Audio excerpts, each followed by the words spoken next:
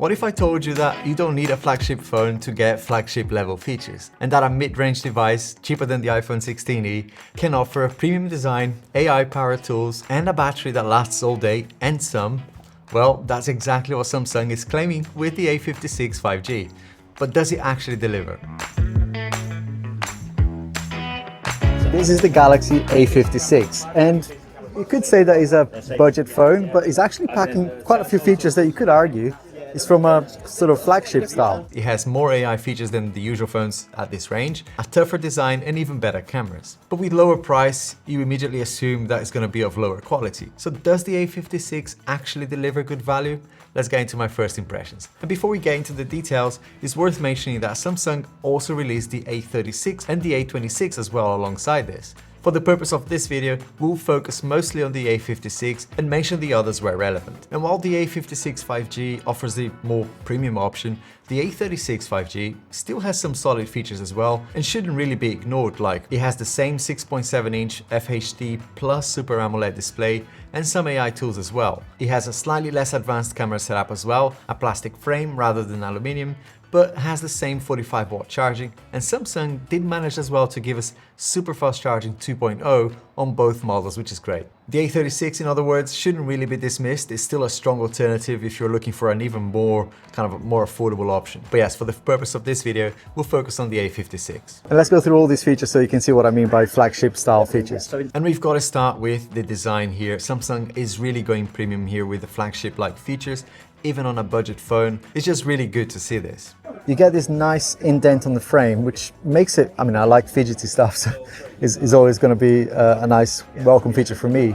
But it helps with the grip on an already sort of premium-like aluminium frame.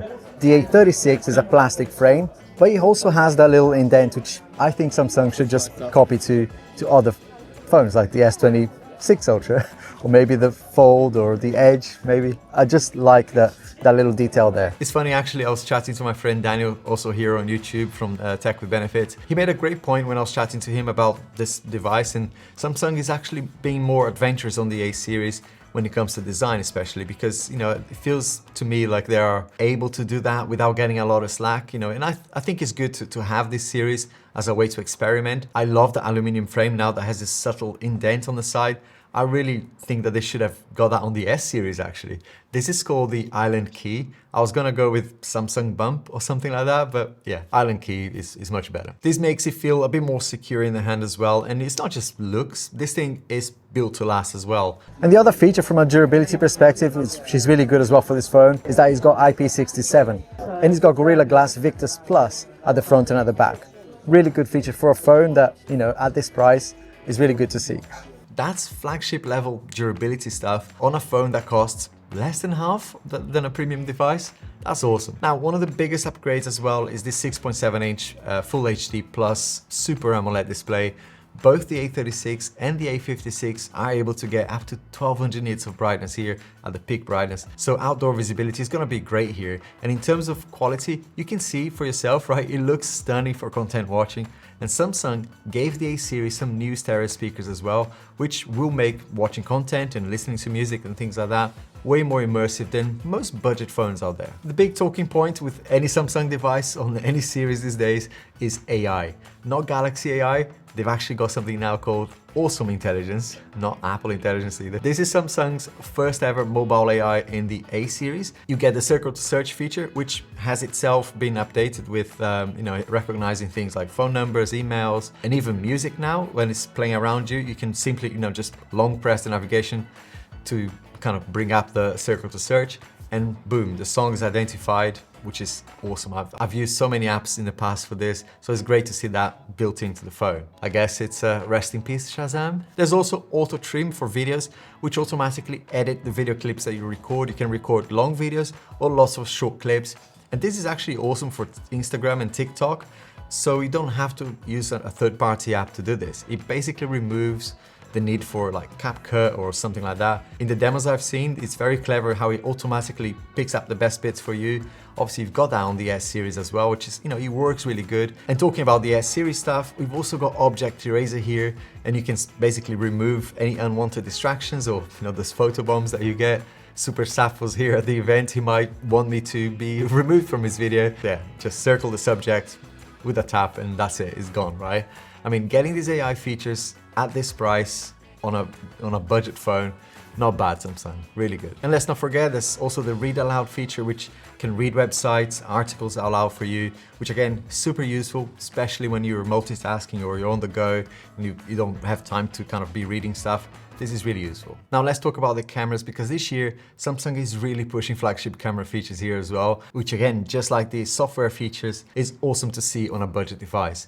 The 50 megapixel main sensor is solid. I'll be reviewing that soon in lots more detail like I normally do with lots of comparisons, but we are getting a nice upgrade here as well on the software side of things, which is best face. This feature lets you fix like group shots by choosing the best expression. So if someone is not smiling, or like me, I'm always the one blinking in photos. So if someone blinked or looked away or are not like smiling, you can correct it really quickly. Honestly, I can see this being one of those super useful, very underrated features. They've also improved nightography. Again, I'll be the judge of that when I actually test this in my full review, but it's got low noise mode, which is great. Now on the 12 megapixel selfie camera as well. As usual, I will need to spend more time because yeah, when it comes to cameras, I can't give you an opinion until I've tested it for 2-3 weeks. So yeah, just bear with me on that one. Now, when it comes to battery life and performance enhancements, both of those things have been upgraded here as well. There's a huge 5000 milliamp battery in here, which both the A56 and the A36 support. And they give you 45 watt super fast charging 2.0, like I mentioned before, meaning you are getting some flagship style features on the battery and charging as well. And while I was at the launch event, Samsung was overheard saying that it's a 2-day battery.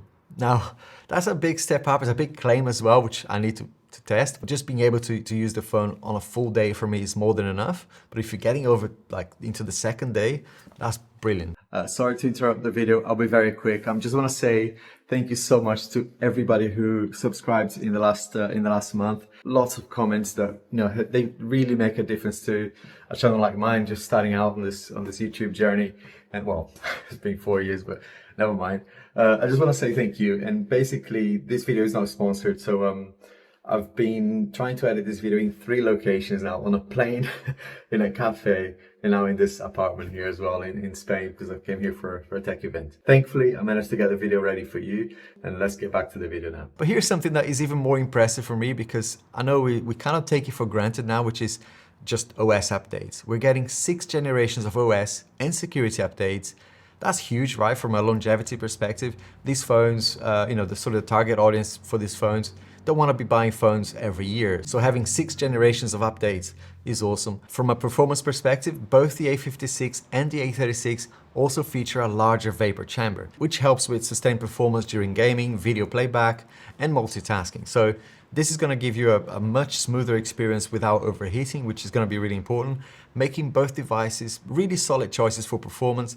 I just think it's so impressive at this price range to have these sort of features in there. Inside, the Exynos 1580 chipset powers the A56 5G, while the A36 runs on the Snapdragon 6 Gen 3.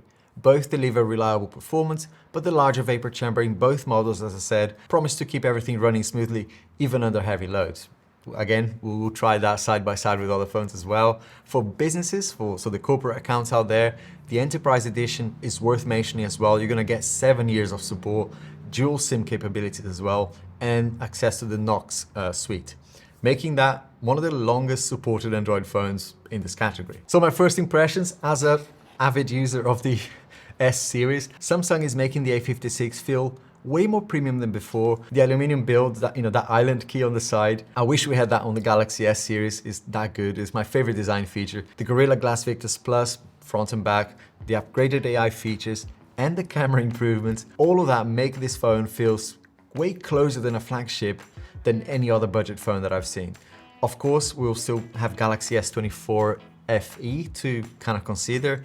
That will deliver even more value if you really look at it. And perhaps that's a closer competitor to the iPhone 16e. But for how much we're getting here in terms of features, I wouldn't dismiss the A series as the budget competitor for the iPhone 16e. I actually still have the S24 FE here. It's a great device. So let me know if you agree with me that the A56 is a decent competitor for the iPhone 16e, or if you think that the S24 FE is going to be a more kind of like-for-like comparison. And as far as my first impressions goes, this is really punching above its weight. And I think Samsung is delivering value in all sorts of areas, right? But would you pick this over something like the Pixel 7a, the Nothing Phone 2a maybe, or even the iPhone 16e itself? Drop a comment below and make sure you're subscribed as well for the full review. See you soon.